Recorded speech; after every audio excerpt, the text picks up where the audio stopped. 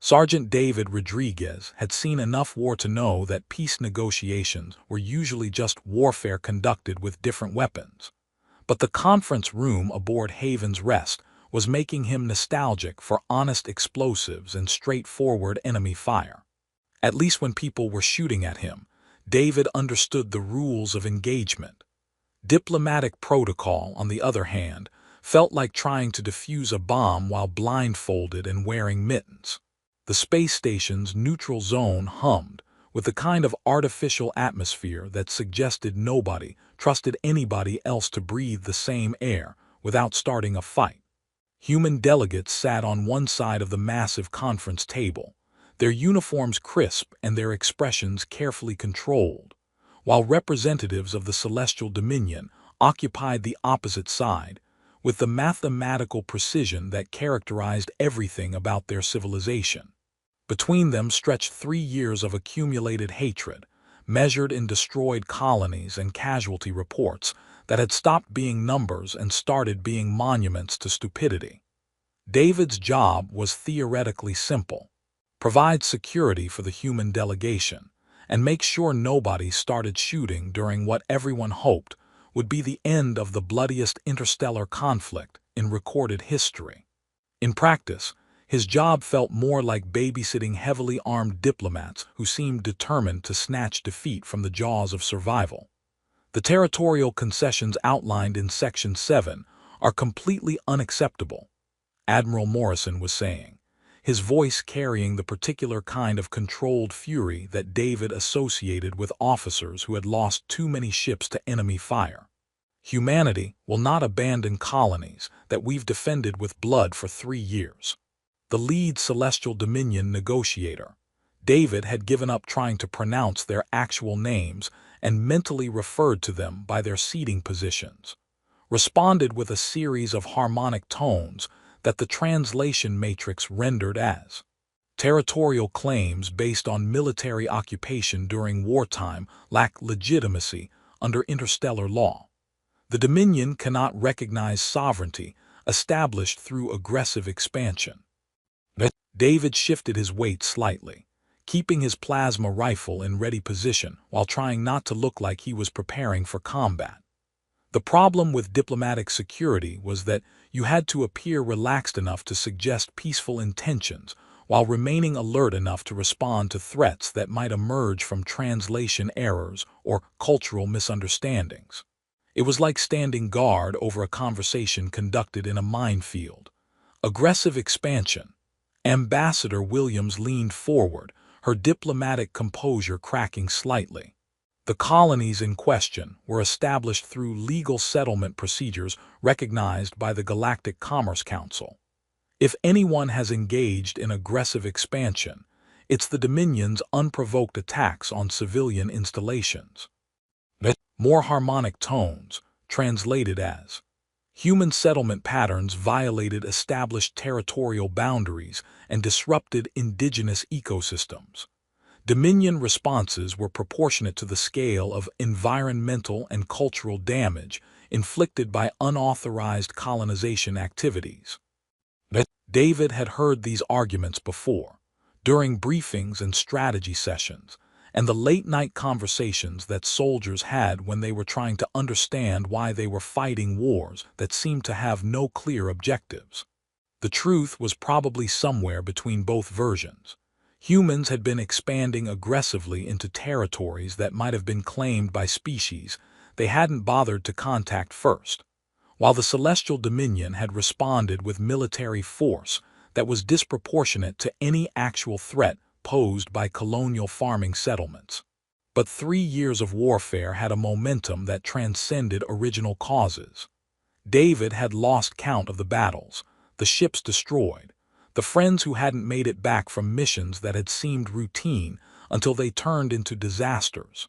He'd seen human colonies turned into glass craters by Dominion orbital bombardment, and he'd participated in raids that had probably left alien families wondering why their relatives weren't coming home.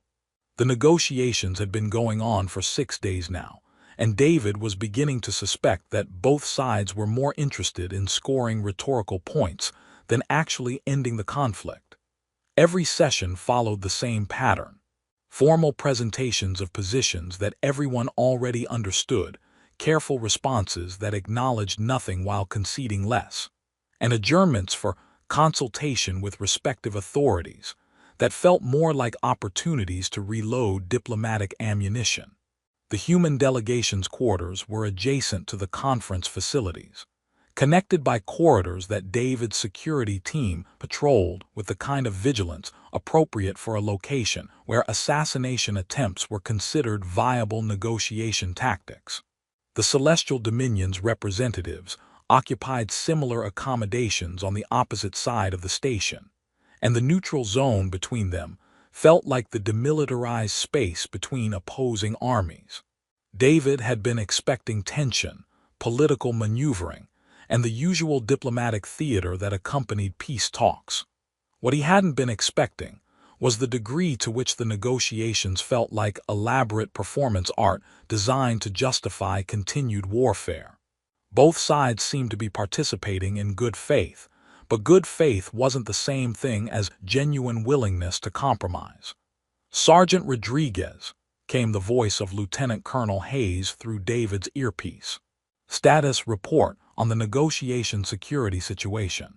"All quiet on the diplomatic front, sir," David replied quietly. "No immediate security concerns, but the talks aren't going well. Both sides are digging in on territorial issues." "Copy that. Maintain vigilance. Intelligence suggests that both delegations are under significant political pressure from their home governments to avoid any agreements that could be interpreted as weakness."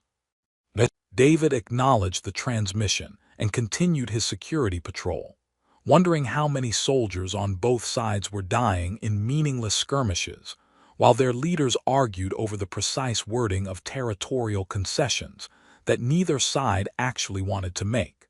War, he reflected, was at least honest about its brutality. Diplomacy dressed up the same brutality in polite language and called it progress.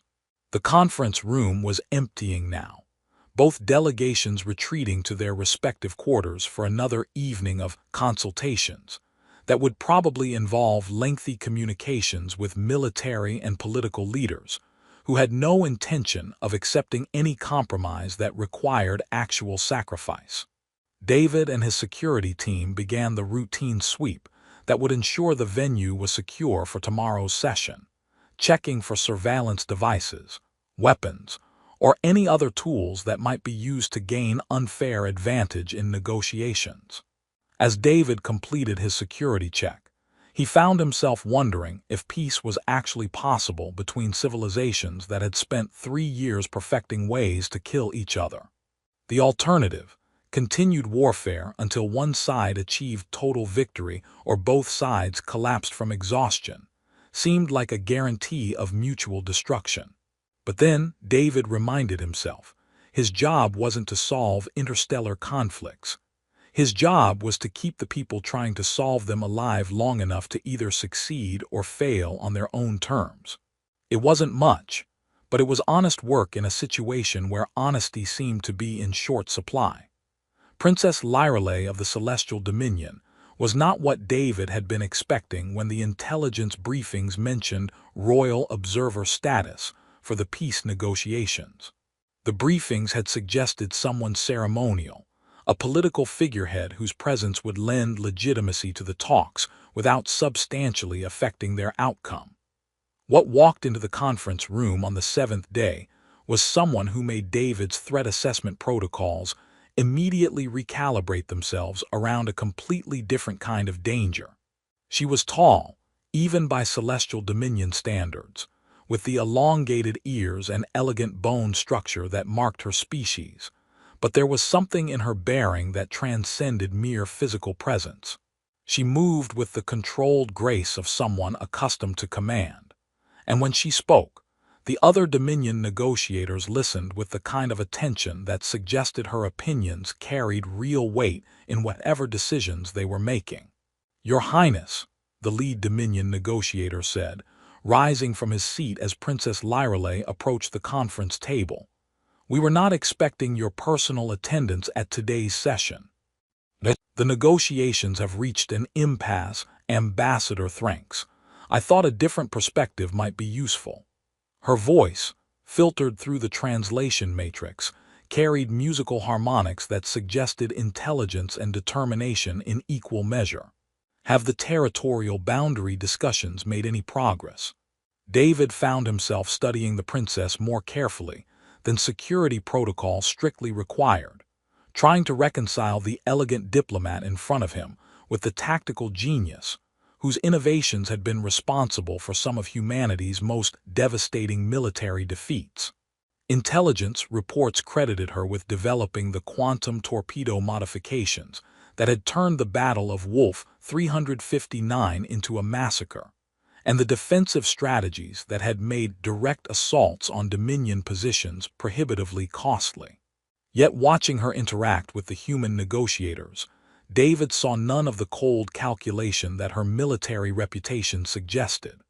Her questions were thoughtful, her responses to human concerns seemed genuinely empathetic, and her suggestions for compromise appeared to be motivated by practical desire to end the conflict rather than strategic maneuvering for advantage.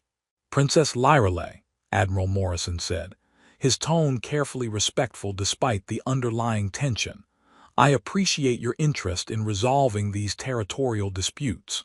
However, the human position on colonial sovereignty remains unchanged.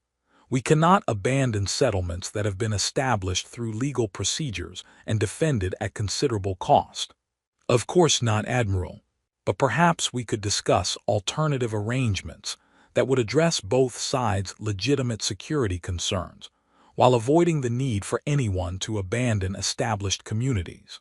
The princess gestured toward a holographic display showing the disputed star systems. What if territorial sovereignty remained with the original settlers, but the surrounding space was designated as neutral zone patrolled jointly by both our fleets? David watched the human delegation's reaction, noting surprise and what looked like genuine consideration. It was the first proposal in a week of negotiations that acknowledged human interests while offering concrete security guarantees for the Dominion. More importantly, it was the kind of creative thinking that hadn't been evident in any of the previous sessions. Joint patrols would require unprecedented cooperation between our military forces, Ambassador Williams pointed out. Given the current state of relations between our civilizations, such cooperation might prove challenging to implement. "All cooperation is challenging initially," Princess Lyreley replied with what might have been a smile. "But the alternative is continued warfare that serves neither side's long-term interests. At some point, Admiral, we must choose between the comfort of familiar hostility and the uncertainty of unfamiliar peace." The negotiations continued for another 4 hours, and David found himself increasingly impressed by the princess's diplomatic skill. She had a gift for reframing problems in ways that made solutions seem possible rather than impossible, and her presence seemed to bring out more constructive behavior from negotiators on both sides. For the first time since the talks had begun, David sensed genuine momentum toward actual agreement. During the dinner recess, David's security duties required him to escort the princess to the neutral zone's dining facilities, where protocol demanded that human and Dominion representatives maintain polite social interaction while consuming nutritionally appropriate meals from their respective cultures. It was, David reflected, like watching a dinner party conducted between people who had been trying to kill each other until very recently. "Sergeant Rodriguez," Princess Lyreley said as they walked through the station's corridors, "I've noticed that you've been assigned to diplomatic security throughout these negotiations. That must be quite different from regular military duties." David was surprised by the direct address. Most of the negotiators treated security personnel as functional furniture, present but not requiring acknowledgement. "Yes, Your Highness. It's certainly more complicated than standard combat operations." "In what way?" "In combat, the objectives are usually clear, even if the tactics are complex. Diplomacy seems to involve multiple objectives that sometimes contradict each other, pursued through tactics that everyone understands but nobody wants to acknowledge openly. The princess actually laughed at that, a sound that the translation matrix rendered as something approaching human amusement. That's perhaps the most accurate description of diplomacy I've ever heard from a military perspective. Do you think these negotiations will succeed, Sergeant? David considered his answer carefully. Diplomatic security included not just physical safety, but also information security, and his personal opinions about the talks could be considered intelligence if shared with the wrong people. On the other hand, Princess Lyreley had demonstrated more genuine interest in ending the war than anyone else he'd observed during the negotiations. I think both sides want to end the fighting, Your Highness. But they also want to end it on terms that their respective populations will accept as victory rather than defeat. That's a difficult balance to achieve. Indeed it is. And what terms do you think human soldiers would accept, Sergeant? The question was more complex than it appeared, and David realized that the princess was asking for insight into human psychology as much as military opinion. Most soldiers, I know, just want the fighting to stop, ma'am. We don't care much about territorial boundaries or political arrangements as long as they're sustainable and fair. But we do care about whether our sacrifices meant something. Princess Lyreley nodded thoughtfully. And if the peace agreement required personal sacrifices from individuals in order to guarantee its permanence, do you think soldiers would be willing to make those sacrifices? Depends on the sacrifice and the guarantee, Your Highness.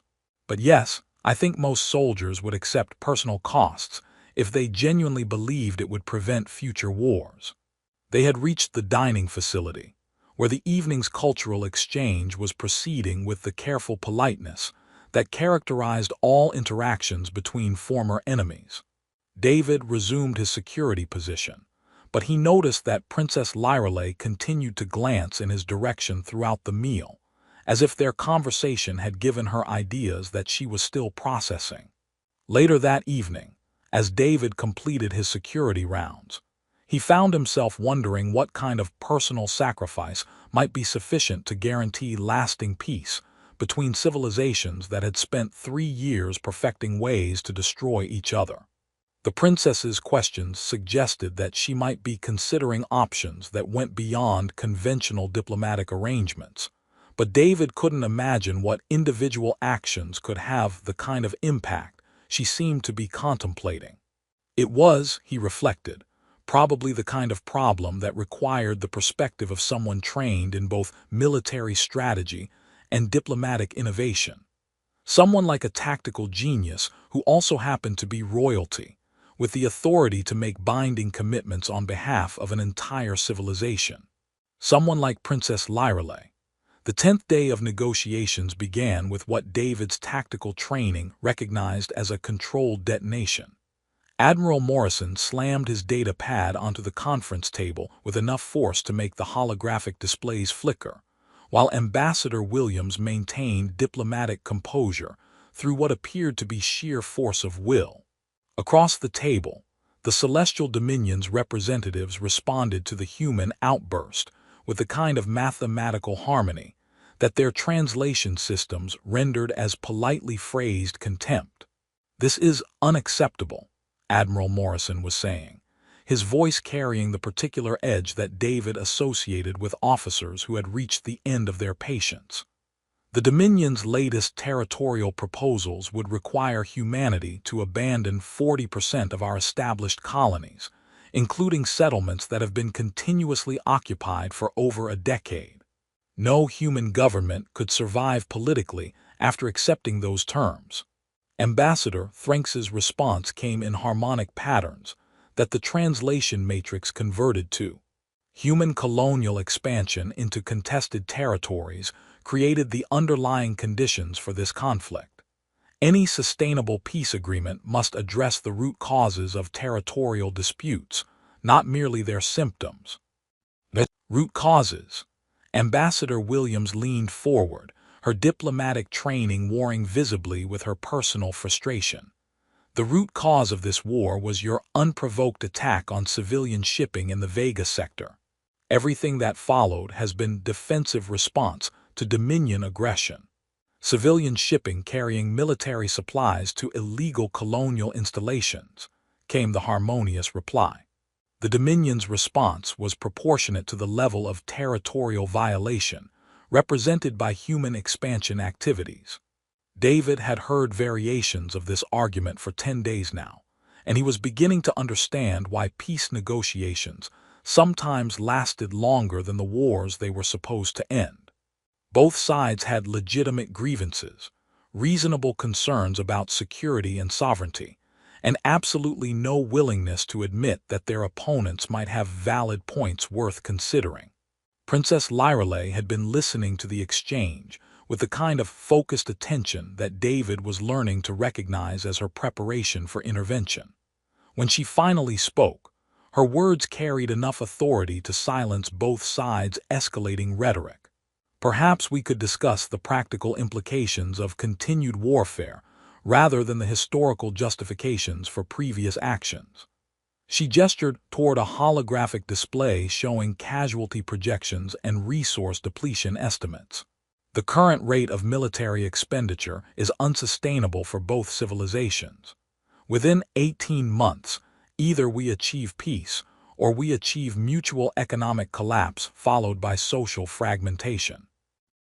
Admiral Morrison studied the projections, his expression growing grimmer as he processed the implications.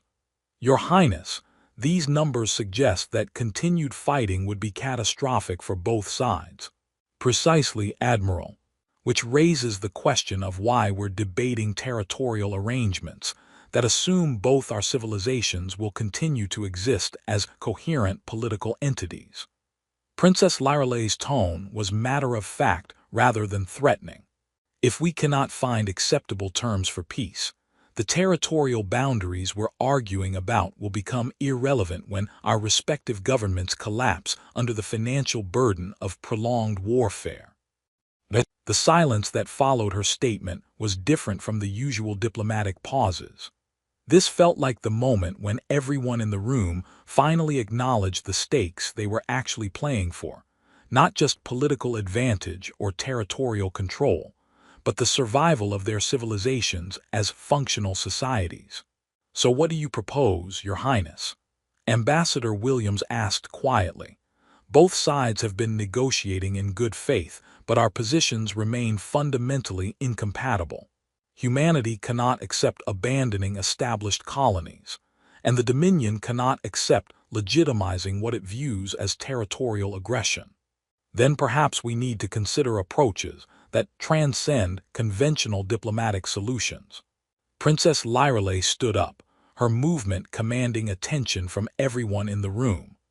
There are precedents in Dominion history for resolving intractable conflicts through personal rather than governmental commitments. David felt something that might have been professional intuition warning him that the conversation was about to take a turn that his security training hadn't prepared him for. Princess Lyreley's tone suggested that she was about to propose something outside the normal parameters of interstellar diplomacy, and David's experience with creative solutions to impossible problems suggested that they usually involved risks that nobody wanted to calculate in advance. What kind of personal commitments? Admiral Morrison asked, his expression suggesting that he was also. David felt every protective instinct he developed during 3 years of warfare telling him that he was about to become part of whatever solution Princess Lyreley had been contemplating. Her questions during their previous conversations suddenly seemed less like casual interest in human psychology, and more like reconnaissance for a plan that required specific information about individual willingness to make extraordinary sacrifices. The conference room had gone completely quiet, and David realized that everyone present was beginning to understand the implications of the princess's proposal. Not a peace treaty between governments, but a personal alliance between individuals that would make governmental conflict impossible. David's hand moved instinctively toward his weapon, then stopped as he realized that the threat he was sensing wasn't physical danger, but something far more complex and potentially far more consequential. Princess Lyrale was about to ask him a question, and David had the uncomfortable feeling that his answer was going to determine whether two civilizations continued trying to destroy each other or found a way to coexist. Either way, his life was about to become significantly more complicated. Princess Lyrale turned to face David directly, and he realized that every conversation they'd had during the past 10 days had been leading to this moment.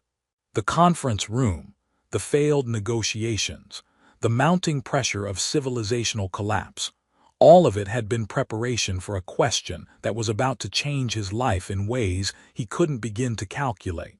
"Sergeant David Rodriguez," she said, her voice carrying the formal authority that marked official pronouncements in Celestial Dominion culture, "I have a proposal for you." David felt the weight of every gaze in the room settling on him like targeting lasers. Admiral Morrison looked stunned. Ambassador Williams appeared to be running calculations about political implications, and the Dominion negotiators were making harmonious sounds that the translation matrix was struggling to render into comprehensible concepts. "Your Highness," David said carefully, his military training automatically defaulting to respectful protocol, while his tactical instincts screamed warnings about situations he didn't understand well enough to evaluate properly. "The negotiations between our governments have failed because neither side can make the compromises necessary for lasting peace without losing political legitimacy with their respective populations." Princess Lyrale's tone was matter-of-fact, as if she were discussing routine military logistics rather than proposing something that would fundamentally alter the course of interstellar relations. "However, there is an alternative approach that would create binding obligations between our civilizations regardless of governmental politics." David waited for her to continue, though part of him already knew what she was going to say and was trying to convince himself that he was wrong. In Celestial Dominion culture, marriages between individuals of sufficient political authority create permanent alliances between their respective civilizations. Such alliances supersede governmental disagreements and make warfare between the allied parties not just politically impossible but spiritually forbidden. She paused, studying his expression with the kind of focused attention that suggested she was gauging his reaction to information that was both personally and historically significant. "Sergeant Rodriguez, I am proposing marriage between us as a binding peace treaty that neither government could violate without committing acts of cultural sacrilege." The silence that followed her statement was so complete that David could hear the space station's life support systems humming in the background. Every person in the room was staring at him, waiting for his response to a proposal that was simultaneously the most absurd and most logical solution to an impossible diplomatic situation. David's first thought was that this had to be some kind of elaborate joke or misunderstanding. His second thought was that Princess Lyrale was definitely not the kind of person who made jokes about matters of interstellar importance. His third thought was a rapid assessment of the strategic implications, and he realized with growing amazement that her proposal might actually work. "Your Highness," Admiral Morrison said slowly, "are you saying that a marriage between you and Sergeant Rodriguez would constitute a legally binding peace treaty between humanity and the Celestial Dominion?" Under Dominion law, marriages involving members of the royal family create permanent alliance obligations that supersede all other political considerations, Princess Lyrale replied. "And according to human cultural precedents, military personnel who marry foreign nationals while serving their government in official capacity create diplomatic relationships that their governments are obligated to honor." Ambassador Williams was frantically consulting her data pad, probably checking legal precedents and constitutional provisions. "Your Highness, The complexity of such an arrangement would require extensive consultation with legal authorities on both sides. "Ambassador, we don't have time for extensive consultations," the princess interrupted. "Both our civilizations are facing economic collapse within 18 months if this war continues. Conventional diplomacy has failed to produce acceptable compromises.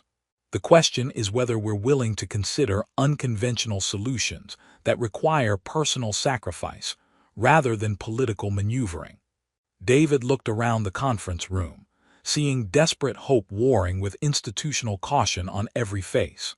Then he looked at Princess Lyreley, seeing someone who was offering to give up her personal freedom to save millions of lives on both sides of an increasingly meaningless conflict. "Your Highness," David said quietly, "I need to understand what this would actually involve, not the political implications but the personal ones. It would involve a binding commitment between us that neither government could dissolve without destroying their relationship with their respective populations," she replied. "In practical terms, it would mean that we would be married according to both human and dominion customs, that we would be expected to work together to maintain peaceful relations between our civilizations, and that our personal relationship would serve as a symbol of cooperation rather than conflict. And if I refuse, then the negotiations will continue until they fail completely. Both sides will return to warfare, and millions of people will die while their governments pursue victory through mutual destruction." Her tone was clinical rather than emotional, but David could see the strain behind her composed expression. "Sergeant, I'm not asking you to fall in love with me. I'm asking you to help me end a war." David thought about 3 years of combat, about friends who hadn't made it home, about human colonies turned to glass and alien ships burning in the void. He thought about the projections Princess Lyreley had shown them, the inevitable collapse that continued warfare would bring to both civilizations. He thought about duty, sacrifice, and the kinds of choices that defined who you were when everything familiar was stripped away. "Your Highness," he said finally, "if I agree to this, what guarantees do I have that the arrangement will actually end the war rather than just creating new complications?" "None," she replied honestly. "This is uncharted territory for both our species, but I can guarantee that refusing will allow the war to continue until it destroys everything we're trying to protect." David nodded slowly, understanding that this was the kind of decision that military training prepared you for without actually teaching you how to make it. Sometimes, you had to choose between bad options and worse options, trusting that doing something was better than doing nothing while everything collapsed around you.